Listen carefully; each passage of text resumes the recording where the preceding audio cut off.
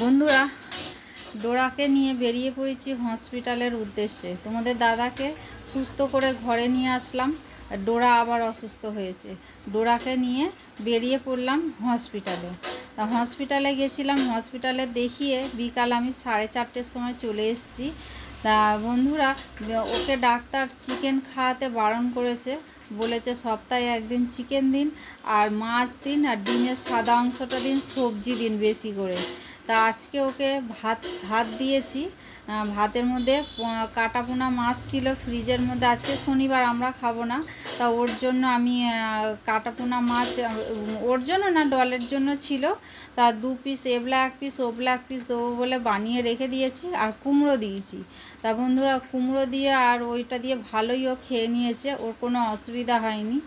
তা শুভ সকাল বন্ধুরা, পরের দিন সকালবেলা আমি চলে এসেছি তোমাদের কাছে। দেখো, আমি সকালবেলা বাসি যেই সমস্ত কাজ থাকে মেয়ে বউয়েদের সবাইরই একই কাজ, মানে বাসি ঘর পরিষ্কার করা। এই যে বাসি ঘর আমি পরিষ্কার করছি। দেখো বন্ধুরা, আমি বিছানা পরিষ্কার করলাম, বিছানার বালিশ টালিশ তুলে বিছানার চাদর টাদর ঠিক করে আবার পরিষ্কার করলাম। পাতলাম বলতে কি, পাতাই ছিল, খালি যে দিকটা একটুখানি হয়ে গেছে সেদিকটা টান টান করে। আমার আবার বিছানা একটু টান টান না হলে আমার ভালো লাগে না। তা আমি দেখতে গেছি তোমাদের দাদা বাইরে বসে আছে কিনা। তোমাদের দাদা বাইরে বসেই আছে ডোরাকে নিয়ে, এখনও বেরোয়নি। এই যে তোমাদের দাদা দরজা বন্ধ করছে ডোরাকে নিয়ে বেরোবে বলে। আর আমি এদিকটা এই তালে আমি এখানটা ধুয়ে দিই।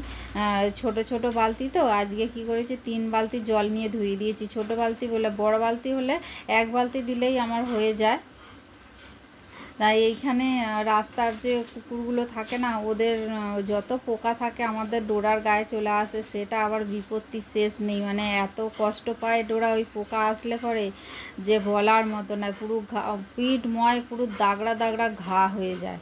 তা আমি ঘরটর মুছতে চলে এসেছি। দেখো বন্ধুরা, আমি ঘর ঝাঁট দেওয়া হলো, তোমরা তো দেখলেই। ঘর ঝাঁট দিয়ে ওই বাইরেটা মুছে ফেললাম, মুছে পরিষ্কার করে আমি এবার ঘরে চলে এসেছি। ঘরে চলে এসেছি ছোটো ঘরটা মুছে, তারপরে বড় ঘরটায় আমি হাত দেবো, কারণ ছোটো ঘরটায় বেশি অসুবিধা হয়। আর ছোটো ঘরটা না, ছোটো হলে কি হবে, ছোটো ঘরের মধ্যে প্রচুর জিনিসপত্র থাকে, সব সরিয়ে সরিয়ে আমাকে মুছতে হয়। মুছে তারপরে আমাকে আবার বড় ঘরে ঢুকতে হয়, কারণ ছোটো ঘরটা না না মুছলে আগে পরে আমার অসুবিধা হয় বড্ড। বড় ঘরটা আমার ওদিকেই রাস্তা, ওদিকে বলতে দুদিকেই রাস্তা, কিন্তু আমি ওদিকটাই ব্যবহারটা করি বেশিরভাগ, রাস্তার দিকেরটাই। এদিকটা আমি খুব কম, ঘাটে গেলে তবেই আমি এদিকটা ব্যবহার করি, নালে আমি করি না। তা আমার ছোটো ঘরটা মোছা হয়ে গেল বন্ধুরা, বড় ঘরে চলে এসেছি। বড় ঘরটা আমি মুছে নেবো। আর এই যে ড্রামটা না বন্ধুরা, কোয়েলের দোকানের জন্য কিনে নিয়ে এসছে তোমাদের দাদা কালকে। আমি যে কি ভুল করেছি বন্ধুরা, তোমাদেরকে কি বলবো, মানুষ চিনতে আমি ভুল করেছিলাম। আমি সত্যি কথা বলতে কি, মানে আমি যেইখানে দোকানটা ভাড়া নিয়েছি, মানে কি বলবো, কিছু বলার নেই। থাক, সোশ্যাল মিডিয়ায় এসছি, আর আমি এরকম কারণ নিয়ে নিন্দে চর্চা আমি করতে চাই না। সত্যি বলতে কি, মানে আমি ভাবিনি আমি কত টাকা খরচা করলাম জানো বন্ধুরা, উপরে ডাম টাম বসিয়ে, কিন্তু এখন ওরা জল দেবে না, অসুবিধা আছে। ওই জন্য আমাকে সেই ডাম টাম সব খুলে নিতে হয়েছে। আমাকে আবার এই ডামটা কিনতে হলো। ডামটা কিনে আবার ওই দোকানের মধ্যে এখন ভিতরে কল ফিট করে একটা লাগাতে হবে। কিছু আর উপায় নেই, কিছু করার নেই। ওই পার্লারটা যে হয়েছে কোয়েলের, সেই পার্লারের জন্য। পাশে একটা দোকান আছে, দোকান আমি 2টো দোকান নিয়েছি, একটা নয় বন্ধুরা। একটা তো কোয়েলের পার্লার, আর একটা দোকান আছে, কিন্তু ওইটা এখনও চিন্তা ভাবনা করিনি যে আমি কিছু করব বলে। তা আমাদের ওর বাপি বলছিল, বা কোয়েলও বলছিল যে তুমি ওইটার মধ্যে বসো, কিছু করো। আমি বলি দূর, আমি সংসার সামলিয়ে আমার আর ওইদিকে আমার আর হবে না, ও তোমরা যা করার করবে, আমি কিছু করতে পারবো না। ওই জন্য ওরা একটু রাগারাগি করছিল। আমি যে দূর, আমার দ্বারাই হবে না। সত্যি কথা বলতে কি, এই বয়সে এসে না আর ইচ্ছা হয় না, মানে কোনো দিন তো যেগুলো করিনি সেগুলো আর করা আমার পক্ষে সম্ভব নয়। আর এই যে চান টান করে কাজ টাজ সেরে প্রচুর কাচলাম বন্ধুরা, 1 গামলা কাচলাম, কেচে ধুয়ে চান করে পুজো করে একদম চা নিয়ে মুড়ি নিয়ে চলে এসেছি। আর আমাদের তো ডোরা জানোই, চা মুড়ি পেলে মানে ডোরা আর ঠিক থাকতে পারে না। মুড়ির কৌটো খোলা মানে ডোরার উৎপাত শুরু হয়ে যাওয়া। মুড়ি এত পছন্দ করে, কিন্তু ওর মুড়ি খাওয়া বারণ। বিস্কুট দিলে খাবে না, মুড়ি দিতে হবে ওকে। মুড়ি দিলে পরে মানে মোটামুটি ও আনন্দে সঙ্গে সঙ্গে খাওয়া হয়ে যাবে। আর দেখেছো, মুড়ি দেখেই কিন্তু ও ওখানে গিয়ে বসলো। তার জন্য মুখ দেবে না, ও ওখানে থাকে, মুখ টুক দেয় না। কিন্তু তাহলেও ও ওর জন্য না একটা আলাদা, এই যে ওর সামনে বাটি আছে, ওই বাটিতে আমি বলেছি 2-4টে দিয়ে দাও। ও আমি আগে দিয়ে দিয়েছি মুড়ির কৌটো খোলার সময়, তাতেও ওর হয়নি। আবার ও বাবার কাছে উঠেছে মুড়ি দিতে হবে। আমি বাটিটা দিলাম, আমি বাটির মধ্যে তোমার দাদাকে বলছি যে এরকম দিয়ে দাও ওর মধ্যে মুড়ি। তা বন্ধুরা, এই যে চা খেতে খেতে আমি গল্প করছি যে মানুষ বিপদে না পড়লে মানুষকে চিনতে পারে না, তাই না?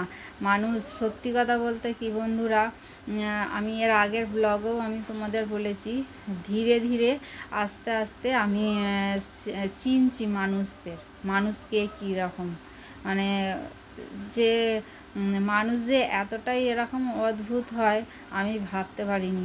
গায়ে গা ঠেকে গেলেও মানুষ, যে আমি কাউকে বলি না যে তুমি চলো আমার স্বামীকে গিয়ে হাসপাতালে গিয়ে দেখতে চলো, আমি কাউকে বলিনি। কিন্তু আমার যে স্বামী 9 দিন ভর্তি ছিল হাসপাতালে, কেউ একজন এসে, আমাদের 51বর্তী পরিবার, কিন্তু আমার বাড়ির কেউ মানে কিছু কিছু লোক যাদের আমি বেশি করেছি, কিন্তু তারা একবারের জন্য কেউ এসে আমার দোরগোড়ায় দাঁড়ায়নি যে কি গো কেমন আছে। আমার খুব খারাপ লেগেছে, খুব কষ্ট লেগেছে বন্ধুরা। কিন্তু এক সময় মানে মানুষের বিপদ তো কাউকে বলে কয়ে আসে না।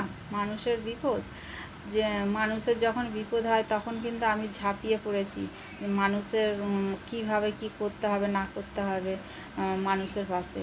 কিন্তু মানুষ আমাকে আজ পর্যন্ত একজন মানে কিছু কিছু মানুষ জিজ্ঞাসা করলো না যে কেমন আছে, মানে বাইরের লোকের থেকে অন্য লোকের থেকে খবর নেয়, তাও আমার কাছে আসে না।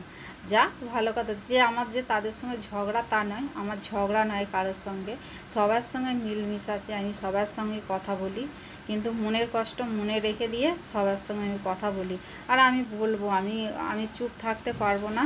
কারণ চুপ থাকতে পারবো না বলতে কি, যে আমি প্রতিবাদ করবো ওইসব নয়, আমি আমি বলবো সবার সঙ্গে। কারণ আমরা 51বর্তী পরিবারে থাকি, তো সবার সঙ্গে মিলেমিশে থাকতে হয়, এই আর কি।